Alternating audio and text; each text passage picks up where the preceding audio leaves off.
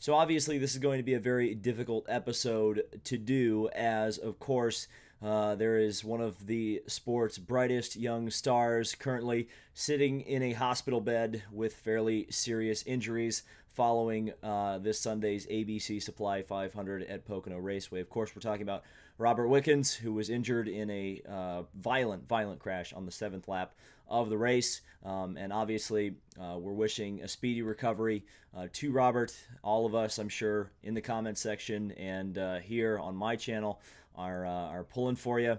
We're hoping you are able to make a full recovery, and we'll be hoping to see you back at the racetrack very soon because, again, one of the sport's bright young stars, one of the highlights of this season, to be honest with you, and it's such a shame that something like this struck Robert Wickens.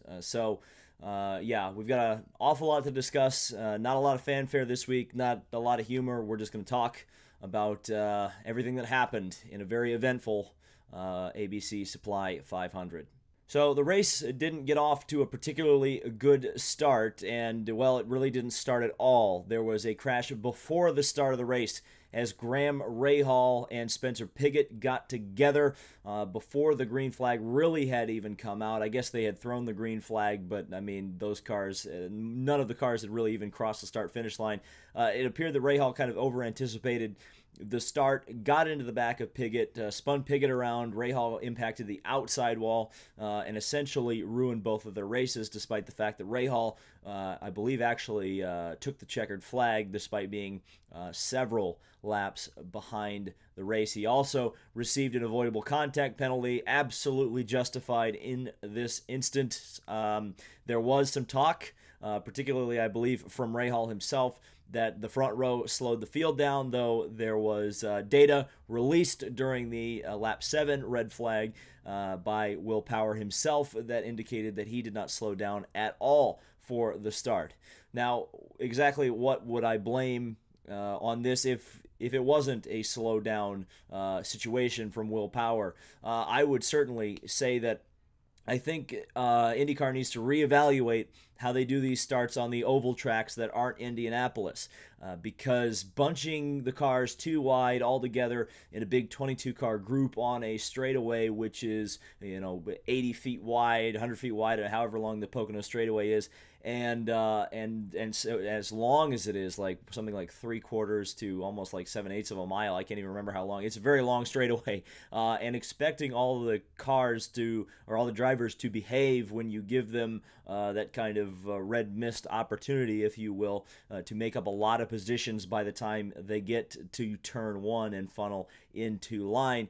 I would suggest doing something that, ironically enough, they've already done at Pocono in the recent past, in the era since IndyCar returned to Pocono in the 2013 season. Start it Indy style. And by that, I mean rows of 3, evenly spaced. I would say probably 100 feet between the rows when you give the green flag. And you may say, well, starting them 3 wide is less safe than starting them 2 wide. I would disagree. I think, again, as Indy has proven, usually Indy doesn't have crashes on the start. There's usually about 1 or 2 every 10 years. We've seen an awful lot of crashing on the first few laps at Pocono, and I think alleviating some of that would be to spread the field out a lot more and essentially accept that they're going to be 3 wide anyway, because they usually are coming into the first corner at Pocono, and just line the field up accordingly and similarly to the way they do it in Indianapolis. I think that would be the best solution. I was actually complaining about that prior to this race on Twitter, just from a aesthetics perspective. Now I look at it, and I think it's also a safety perspective to give a fair start to the competitors and a safe start, and actually get the race underway. So after the short delay, the race went back to green, and there was a very serious accident in turn number 2, which involved Robert Wickens and Ryan Hunter-Reay initially, and then collected several more cars. Long story short, Robert Wickens was transported via helicopter to the Lehigh Valley Medical Facility and was treated or is in the process of being treated for lower extremity injuries, wrist injury, and a spinal injury. None of these are particularly fleshed out yet, and nor should they be. I think those details should, rightly so, be released when the time is right, and the general public doesn't necessarily need to be in the surgery room when decisions are being made about healthcare. But we are going to talk about the accident. We are going to show replays of the accident and similar accidents that took place like Robert Wickens. These are all presented in the context of learning from this to kind of understand exactly what happened and why things happened the way that they did. If you would not like to see them, I don't blame you. And I certainly agree with that decision. I feel like it's been spammed, the accident, on social media, and even apparently during the NBC broadcast quite a bit. So if you don't want to see or hear any analysis of the actual accident itself, skip to this time code and you can hear the rest of my analysis of this race. But again, I think it's certainly not an issue that we should be sweeping under the rug. And again, Robert Wickens did survive the accident. So, you know, we're going to have to talk about this pretty frankly, because there is a lot to discuss here. So we start off on the restart, which, you know, was a typical Pocono restart. Wickens apparently made up about 3 or 4 positions on the restart. And it was actually trying to pass Ryan Hunter-Reay coming down the straightaway into turn number 2. Sticks his nose underneath Hunter-Reay. Hunter-Reay, rightly so, because he was very clearly ahead. Held his line, gave Wickens the minimum amount of space probably that he would need to. Unfortunately, Wickens ran a bit too low, went up into Ryan Hunter-Reay, and then launched over the front of Ryan Hunter-Reay's car, slid along the wall, and then got ensnared in the catch fence, and then struck a pole, which really, I believe, did the damage and the injuries that Robert Wickens sustained.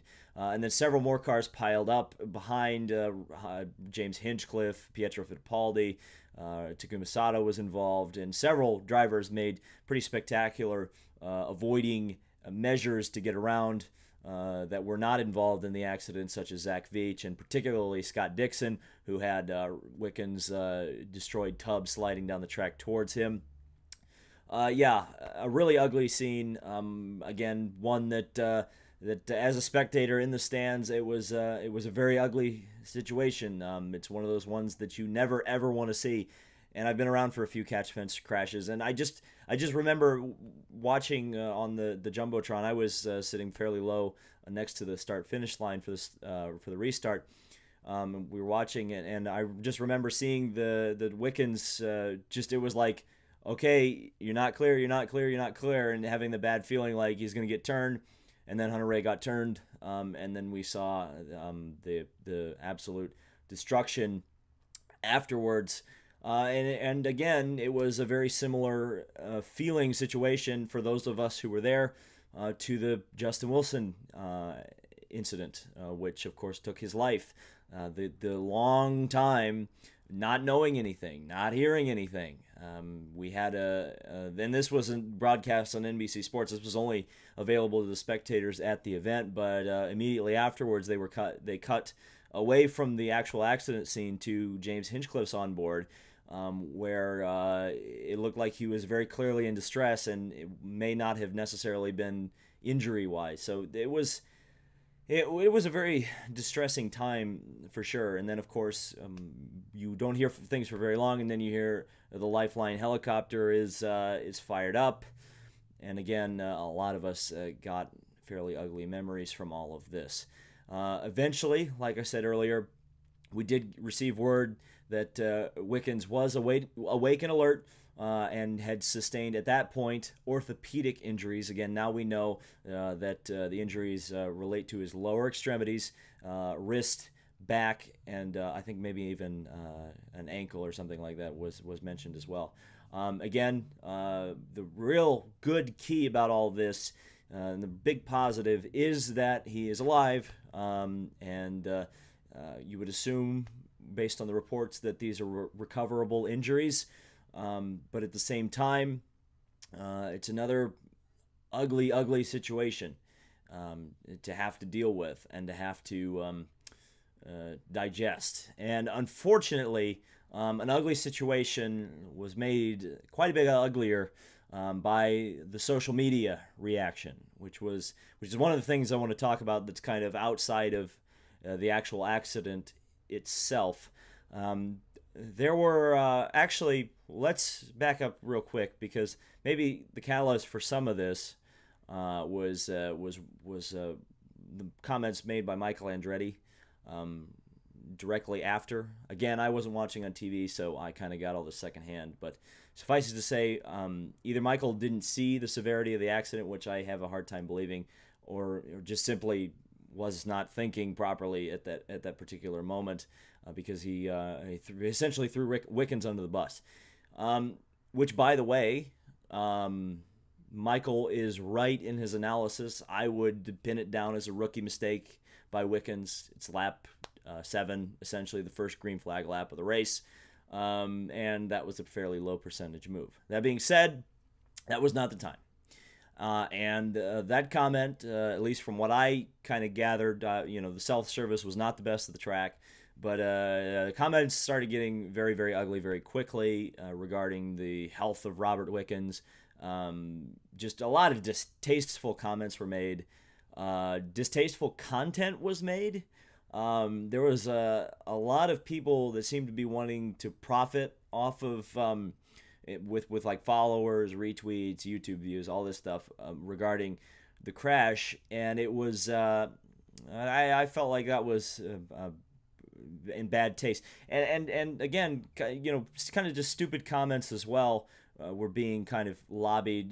The typical ones we seem to always hear, like oh, they shouldn't go to Pocono anymore because X, Y, and Z, or they shouldn't run ovals anymore because X, Y, and Z. And the comments like that just make me kind of roll my eyes as far back into my head as I possibly can. I understand that passion is high in a situation like that, and people may make comments that aren't necessarily the smartest in the entire world. I very purposely did not make any comments on social media about the accident. The only thing I really said was stop sending me the crash, because my mentions were blown up with people tagging me in the crash. I'm like, I'm here. I saw it. I don't need to see it again. I purposely stayed away from replays throughout the event, or not through the event, but from the time that the crash happened and I'd seen it the first time. I waited to see it again, and it was one of those things where I was really disappointed but not surprised with the social media reaction. I mean, especially the comments like the ones like shut down Pocono, or IndyCar shouldn't go back to Pocono. It's like, if we shut every track down that it had a serious accident, we wouldn't have any racetracks left. And that's frankly the long and the short of it. I mean, this is a dangerous business. I think Mario put it best with one of his quotes that I was tagged in on social media. I think he said to NBC was that if it wasn't dangerous, we wouldn't do it. And I think that's an apt quote to describe the situation. Now, I did have it floated to me, the question of how does one explain this to a casual fan? From what I understand, a lot of people were interested in this race and were watching it maybe for the first time. Again, there was no NASCAR race competition-wise because Bristol happened the night before. So a lot of NASCAR fans and fans just kind of outside of the IndyCar sport, but hear that there's a 500-mile IndyCar race, we're tuning in. And we're faced with a very violent accident, to start the race. And that's a difficult situation, because I agree. How do you explain that to someone that, hey, this is a sport where people can be seriously hurt and die? It's tough. I think one of the best things I can say is that, without getting too far ahead of myself, is that we did have, post the accident, the serious Wiccans accident, was 192 laps or actually, I think it was more like 185 after the caution flag was lifted to restart the race.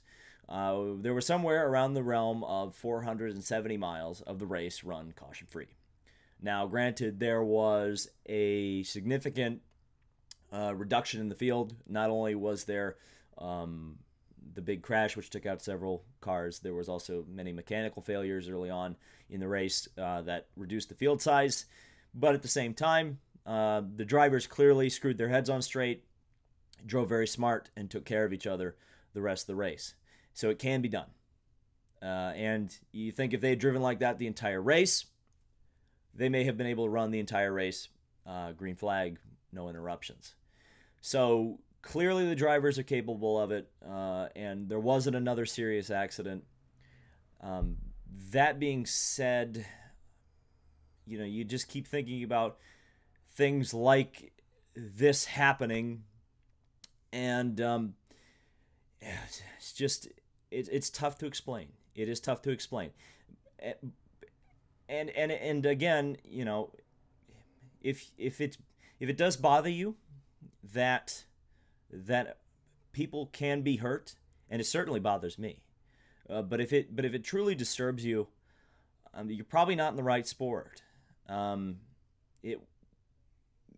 This is something that I think we kind of get lulled into a false sense of security with modern racing because everything is so safe.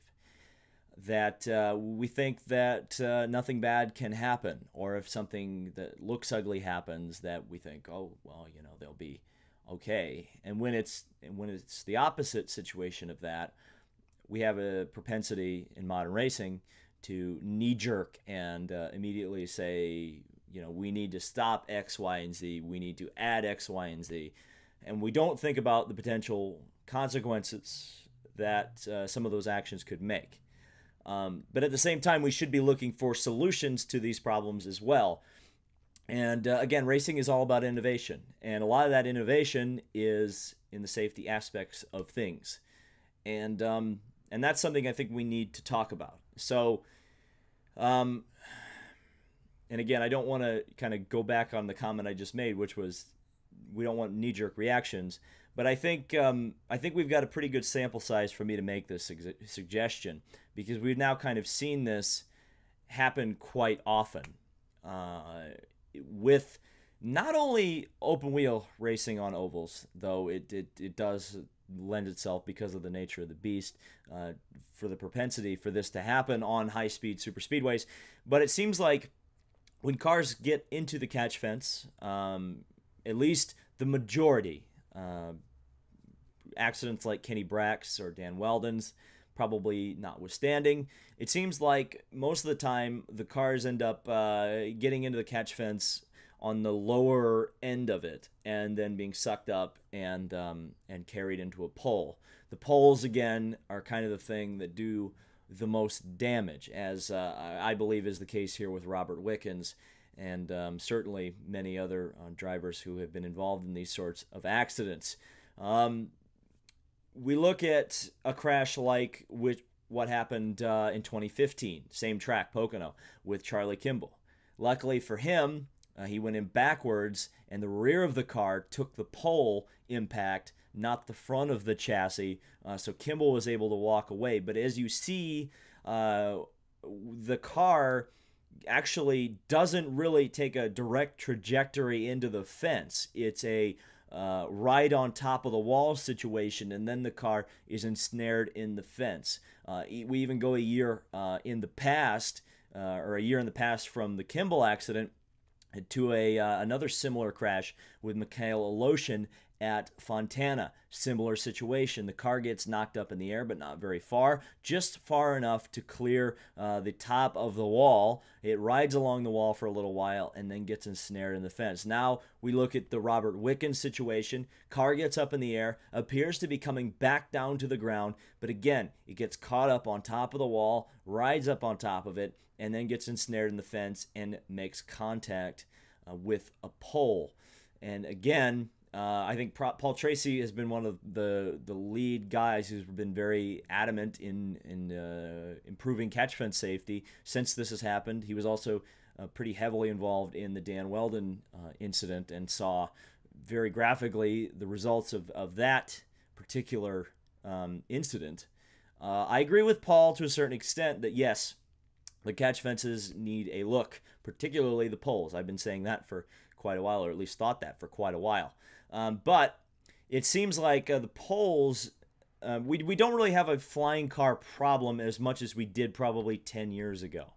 And so the poles aren't necessarily becoming part of the accident until much later than they would have in like a Weldon accident or a Krosnoff accident. That was a tree in that case, but the principle's kind of the same, where a large blunt object is the first major point of contact. We've seen an awful lot of speed scrub in these more recent accidents before they actually get to that. And I think my solution would be, I think retaining walls need to be raised at super speedways. I think your Daytona, your Indianapolis, your Pocono, your Talladega, your even like Michigan, Fontana. I think you need to raise the walls about 3 feet.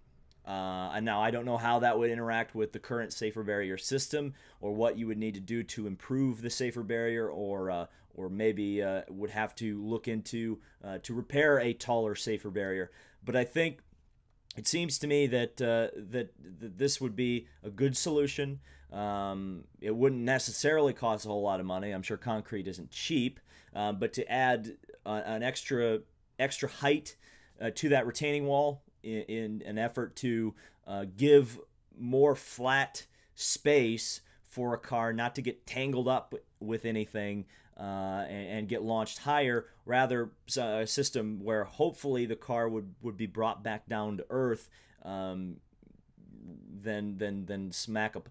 Put it this way, I think it's probably better to hit a flat object than a cylindrical one like a pole, where it's simply it's like hitting a tree. To be frank with you, it's like hitting a metal tree, and if you just look in the history of race cars hitting trees never really ends very well, and certainly hitting metal poles doesn't end up working out very well. So I think if we're looking for solutions to this problem, I think that's where you've got to look. Now, some people have brought up to me that spectators would suffer in this, but if you look at a lot of the super speedways, probably not Pocono, because I actually sat in a seat that would be affected by raising the walls. But if you look at most super speedways, most of the seating is raised up anyway, particularly at Indianapolis, where I think they should absolutely do this in the corners and the short chutes.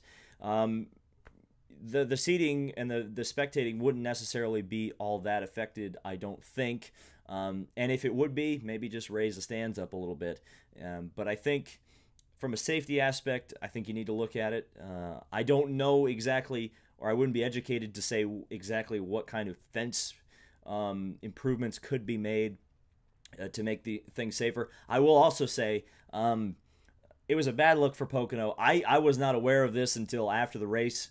I probably would have had a bit of a harsher tone about restarting the race if I had seen the repair job. But Sebastian Bourdais pretty adamantly was against the repair job that Pocono Raceway did to their catch fence, and after seeing the pictures, I'll hopefully find one and put it up on the screen, I would tend to agree with him. That looked very, very sketchy. The chances of somebody hitting in that exact spot, again, were very slim, but at the same time, the fact that a super speedway does not have catch fence repair material that appears to be adequate at the ready at all times, I feel is 100% unacceptable. And I think Pocono Raceway really needs to change. They've done a great job, no doubt about it, Pocono, at improving their facilities so that IndyCar and series that, even NASCAR at this point, series that run at such high speeds on these ovals can run there and run there fairly safely. Remember, it wasn't very long ago, less than 10 years ago, where there was no catch fence at all where Robert Wickens got up into the air like that, and God forbid he would have gone into the bushes had they not had the catch fence there like they do now. So they have made improvements, but they clearly haven't gotten it right, because I have a feeling that a Daytona or an Indianapolis has the proper repair material to do the right job. And Scott Dixon's, for an example, they were able to repair that fence, and you couldn't even tell he'd hit it after a red flag period. That was not the case here at Pocono. And yeah. Let's kind of bring it back, stop talking about the accident, and talk specifically, really quickly, about Robert Wickens and where he goes from here. And I'm not going to be speculating about when he'll be back in the car or who will even replace him at Gateway, but I think the important thing here, and a blessing in disguise for Robert, is the team that he's on. He's got two people who are very experienced with major injuries sustained in an IndyCar race. You look at Sam Schmidt, a driver who sustained paralysis in an accident in private testing in an IndyCar. And Sam was able to, though he didn't recover fully from his injuries, he's been able to be very clearly a very successful racing owner. He's been successful in the sport despite his injuries. And then you look at his teammate. And one of his best friends, Robert Wickens' best friend, James Hinchcliffe, sustained a near-death injury at Indianapolis in 2015. He recovered from that and has gone on to race wins and even conquered his kind of personal demon the very next year at Indy when he took the pole position in pretty spectacular style. Now, let's assume that Wickens recovers by next year, and God willing he does. I would not be surprised in the least bit if he's on the pole and leads every lap at Pocono next year. So, again, from the bottom of my heart, from I'm sure the bottom of most of your hearts, we wish Robert a speedy recovery. And since we did complete the race, or ran the rest of the race, let's talk about that now. So I describe the rest of the ABC Supply 500 at Pocono as 192 laps of IndyCar therapy. As soon as the green flag came out, it didn't stop coming out until the checkered flag flew. On the restart from the lap 7 red flag, it was Alexander Rossi absolutely blitzing the field. We have not seen dominance like this for a very long time. It felt like a race from 1988 broke out. The important thing, or there was a couple important aspects to this race. Number one was traffic, and number two was pit strategy. Because of the fact that the race went some 450 miles without a caution, it really was key to get through lap traffic. Unfortunately, it seems like the aerodynamic devices that were added, the new extended longer wicker bills, really didn't help the traffic situation all that much. It still seemed like the aero push was a significant problem for the drivers and teams trying to get through traffic, particularly when you've got a faster car coming up behind a slower one. We saw that a lot with Rossi, and in fact, at one point he nearly had a 20-second lead on wheel power, but once he got it behind a lap car, Power was able to cut that gap to 5 seconds. And again, it's kind of the Phoenix problem, and I think this is something that I will continue to bring up because it's relevant, is because when you have all the cars be the same, despite the fact that if you have somebody who can really check out from the rest of the field, if he comes up behind a car that's exactly the same as his, it's going to have the same strengths and weaknesses, and add to that the fact that there's going to be dirty air involved, and he's not going to be able to go through the corners, probably where he's making up all the time, by the way, as fast as he was previously, and kind of slows down to the pace of the guy in front. I don't know how you change that. IndyCar has been testing other aero configurations, particularly actually utilizing 2016 Honda front wing end plates for next year's Indy 500 potentially. We don't have that confirmed, but that's a potential. I don't know where that's going to go, but we're just going to have to wait and see. But I would give a C for effort on the aero changes for this weekend. That being said, we did see some pretty excellent battling in the mid-pack. We saw Sebastian Bourdais and Zach Veach go very hard at each other. They were kind of the first drivers to really race. And shout out to the IndyCar drivers, just period. Again, I'll have to say it since I kind of mentioned it in the Wiccans part. But if you skip that, the drivers really screwed their heads on straight, really put on a well-done driving performance. Again, credit goes out to them that 450 miles of this race were run under the green flag, and it was all consecutive. That was a real judge or a real indication of the talent level in the series. And yeah, we also saw Marco Andretti make some incredibly aggressive moves. He was one of the first drivers that was really confident in passing cars in turn two. I did notice that, again, drivers were a bit hesitant to try to make overtaking moves in turn two, despite the fact that it's probably one of the better passing zones on the track itself. But that three-wide move around the outside of Newgarden and Dixon was pretty friggin' spectacular, if I may say so myself. And it's kind of unfortunate because Marco was really running a strong third. Unfortunately, his pit stops weren't that great, and that's kind of what dropped him to the back. Speaking of pit stops, this was kind of the most exciting part of the race, where Will Power had gotten back up to the back of Alexander Rossi through traffic and made an absolutely Penske perfect pit stop. Absolutely did the biggest John Force burnout of all time to get out of the pits. Got out in front of Alexander Rossi. And then Rossi chased him down on track, made a competitive pass on Will Power, who, of course, ran nearly 220 miles an hour in qualifying. That was a fantastic speed to see from him. Of course, he's won the last two races at Pocono prior to this, plus the Indy 500. Will Power is a guy who's starting to look one of those guys who's going to be unbeatable on the super speedways. Of course, he was beat by Alexander Rossi, but that was some good racing. And it's funny. You would think the crowd there, again, I think I've been going to Pocono since 2015, and I think this crowd was the best of them all, despite the fact that there was inclement weather and, of course, the long red flag. The crowd stayed, the crowd was into it, and the crowd was definitely pro Rossi. They cheered quite loudly when he took the lead, and they cheered quite loudly at the end of the race where Rossi was able to get out of the pits ahead of Will Power, kind of on the last pit stop. There was one notable incident during the race, and that involved Conor Daly, where he scraped the wall in the Harding Racing number 88 after another sterling drive in a car that was clearly not performing very well. It was similar to Indianapolis, where he took the Tom Burns Dale Coyne car just to a very solid drive, and it looked like he was going to put in another one of those. He took a very uncompetitive car that started the weekend and was very competitive by the end of it. Unfortunately, again, the car kind of failed on him and he got up into the wall. No caution, though, which I thought was probably the right choice. There wasn't debris all over the racetrack, and I think everybody was really keen on just getting the race over with at that point. So, yes, Alexander Rossi drove to one of the most dominant victories I think we've seen in a very long time in IndyCar racing.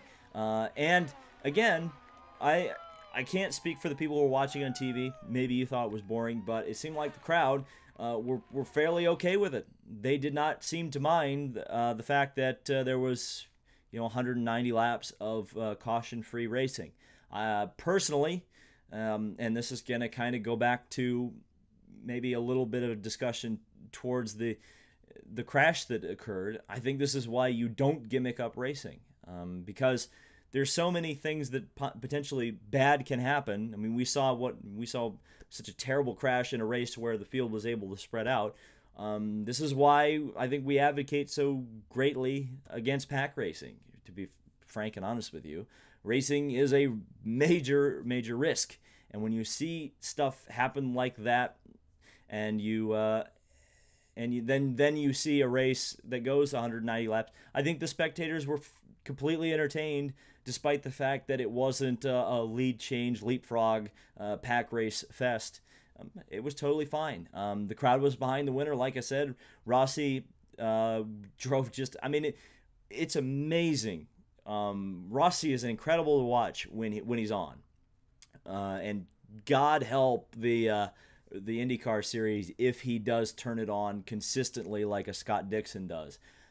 Championship-wise, we're talking he did make up some points on Dixon, but he didn't make up a whole lot because Dixon drove the PNC Honda to third after starting way in the back. Again, Ganassi's kind of been nowhere on the ovals outside of Texas this year. So, yeah, it'll be very interesting going forward championship-wise, these last three races, Gateway, Portland, and Sonoma. You would think maybe Sonoma favors Dixon. That's good because of the double point, or good for Dixon because of the double points. But you might think that a Gateway and a Portland might kind of favor Rossi. We'll just have to wait and see how everything shakes out. So yeah, quite an eventful Pocono, to say the least. I think I've said a few times, did attend. I met several of you guys. It was very, I was very heartwarmed by a lot of the people who introduced themselves to me. It was really cool. So I really appreciate that, and yeah, it was just kind of mind blowing. But just the whole weekend, again, a lot to process. Long video, but I think you probably expected that. I hope I made enough clear points to kind of get across to you my thoughts on all of this. It's obviously been a lot to compress or decompress, and there's obviously going to be a lot more details forthcoming about just pretty much everything in IndyCar racing going forward. Next weekend, of course, is Gateway. I'm not sure exactly when I'm going to get you my review of that race, because I'm going to be racing myself at Newcastle Motorsports Park that weekend. It's kind of going to be similar to the Iowa review, where I'm probably going to have to put it up midweek, because I'm going to have to probably watch the race secondhand on YouTube somewhere. But yeah, again, I guess I'll just sign off with saying, once again, from the bottom of my heart, Robert, we're thinking of you. We're hoping you get well soon, because frankly, you've been one of the shining examples of why IndyCar racing is so great this season, and it will be an awful shame to not see you in these last 3 races of the season. But again, the important bit is that he is okay, he's alive, and hopefully we'll make a full recovery. So thank you guys so much for watching. Be sure to leave your thoughts in the comments below. Keep it civil. But certainly feel free to speak your mind. It should be an interesting and hopefully thought-provoking discussion. Thank you guys so much for watching. This has been David Land on YouTube, and we'll see you in the next video.